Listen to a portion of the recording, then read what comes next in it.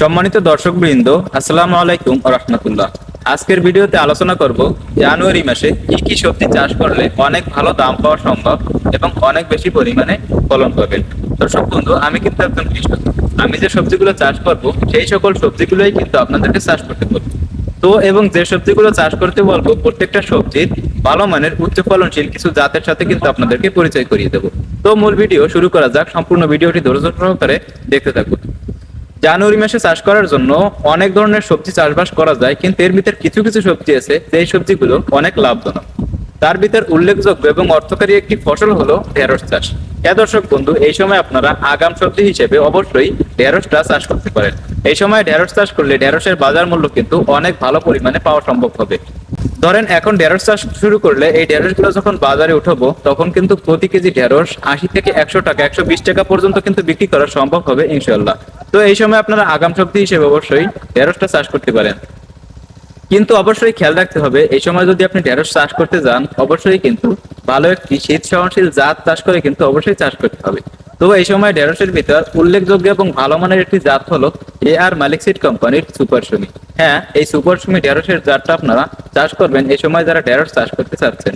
এটা ছাড়া আরো অনেক ভালো ভালো জাত আছে, কিন্তু আমার সাজেস্ট হলো এই জাতটাই সব থেকে বেটার হবে, এটাই সব থেকে ভালো জাত হবে। তো যারা ঢেঁড়স চাষ করতে চাচ্ছেন অবশ্যই আপনারা এই জাতটি চাষ করতে পারেন নিশ্চিন্তে, কোনো সমস্যা হবে না ইনশাল্লাহ।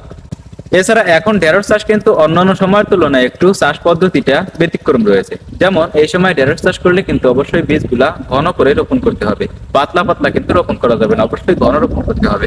ধরেন লাইন থেকে লাইনের দূরত্ব দিবেন হচ্ছে 1 ফিট এবং গাছ থেকে গাছের দূরত্ব দেবেন 6-7 ইঞ্চি। এভাবে করে চাষ করার হচ্ছে এই সময় মূল নিয়ম। তো এভাবে আপনারা চাষ করতে পারেন। এছাড়া এই সময় কিন্তু চাষ করতে পারেন আপনারা করলা। হ্যাঁ দর্শক বন্ধু, করলার বাজার দর কিন্তু সারা বছর অনেক ভালো থাকে। তাছাড়া এখন যদি আপনি করলা চাষ শুরু করে দেন এটি কিন্তু আগাম করলা হিসেবে চাষ করা যাবে ইনশাআল্লাহ। এটা আগাম চাষ হবে, এজন্য আপনারা এখন করলা চাষ করতে পারেন। দর্শক বন্ধু, আমিও কিন্তু করলা চাষ শুরু করে দিয়েছি। অলরেডি একটা জমির বয়স আমার 10 দিন হয়ে গেছে এবং আর একটা জমি প্রস্তুতি চলতেছে, সেখানে আমি করলাটা চাষ করব। হয়তো 1 সপ্তাহের ভিতরে আমি সেখানেও বীজ বপন করে দিব। তো দর্শক বন্ধু, আমি মূলত চাষ করতেছি হচ্ছে 2টি জাত।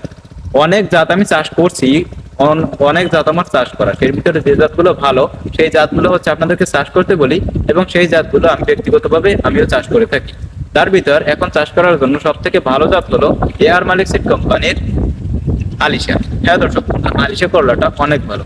তো আমি যে সকল জাতগুলো আপনাদেরকে চাষ করতে বলি অধিকাংশ শসার জাত বা অধিকাংশ যে কোনো সবজির জাতগুলো কিন্তু আমি মালিক সিড কোম্পানির একটা জাতের কথা বলি। কারণ হলো মালিক সিড কোম্পানি কিন্তু বাংলাদেশের টপ লেভেলের সর্বোচ্চ মানের একটি কোম্পানি। তাদের বীজগুলো খুব ভালো ভালো বীজ হয়ে থাকে, ঠিক আছে।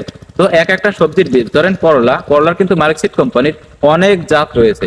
শত শত জাত বলা যায় না, যদিও 10-12টা 15টা এরকমের কিন্তু জাত রয়েছে মালিক সিড কোম্পানির।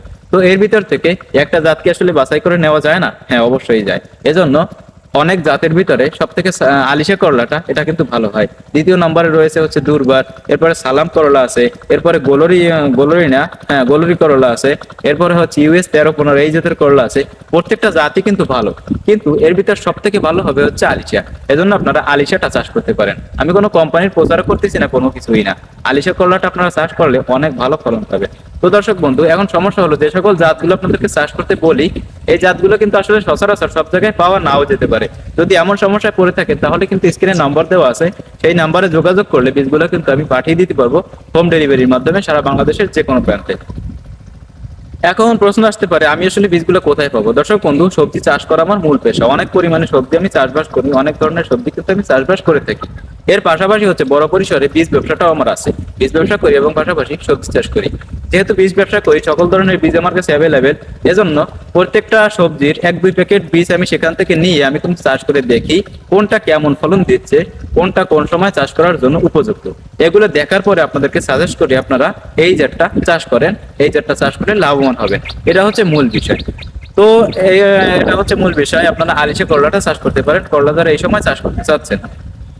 এবং 2 নম্বর সবজি চাষ হিসেবে রয়েছে এই সময় হচ্ছে ঝিঙ্গা চাষ করতে পারেন। ঝিঙ্গাটাও কিন্তু এই সময় খুব ভালো হবে, খুব লাভজনক একটি সবজি চাষ হবে এই সময় ঝিঙ্গা চাষ করলে।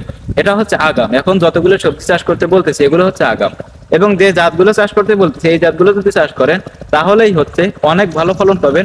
চাষ করতে গেলে কোনো সমস্যা হবে না ইনশাআল্লাহ।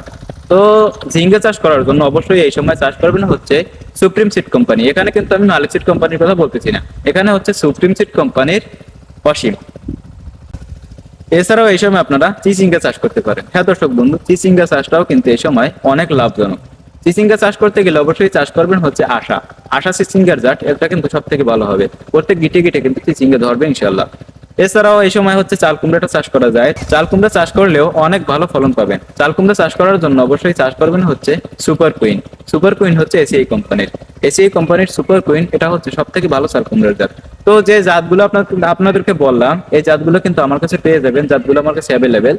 জাতগুলো নেওয়ার জন্য অথবা এছাড়াও আরো অনেক ধরনের বীজ আছে, সেই সকল ভালো ভালো বীজগুলো নেওয়ার জন্য স্ক্রিনে দেওয়া নম্বরে ফোন করবেন। ফোন করলে এছাড়া আমার সাথে পরামর্শ নিতে পারবেন। এছাড়া এই বীজগুলো সারা বাংলাদেশের যে কোনো প্রান্তে আপনারা নিতে পারবেন। তো দর্শক বন্ধু, এই ছিল মূলত আজকের ভিডিও। সবাই ভালো থাকবেন, সুস্থ থাকবেন। আসসালামু আলাইকুম ওয়া রাহমাতুল্লাহ।